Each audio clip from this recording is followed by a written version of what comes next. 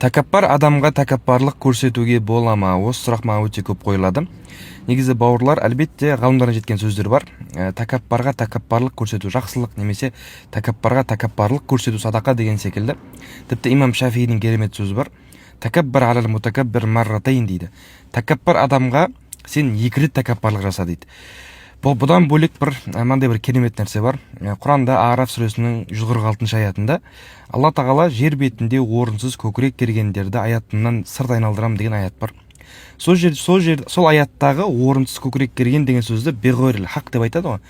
Енді осы аяттың тәпсірінде имам Фахруддин Рази мындай бір керемет тұжырым айтқанда, яғни жер бетінде кейде орынды көкірек керу, яғни орынды тәкаппарлық көрсету керек жерлерде болады екен.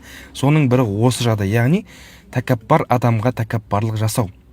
Әлбетте ол тәкаппарлық бір жүректен шығатын тәкаппарлық емес, керісінше сыртқы амалмен сенің амалың ұнамсыз амал, сол себепті мен де саған сондай әрекет жасаймын деген секілді бір нәрсе. Имам Мунауи секілді ғалымдардың да бір сөздерін оқып қалған едім.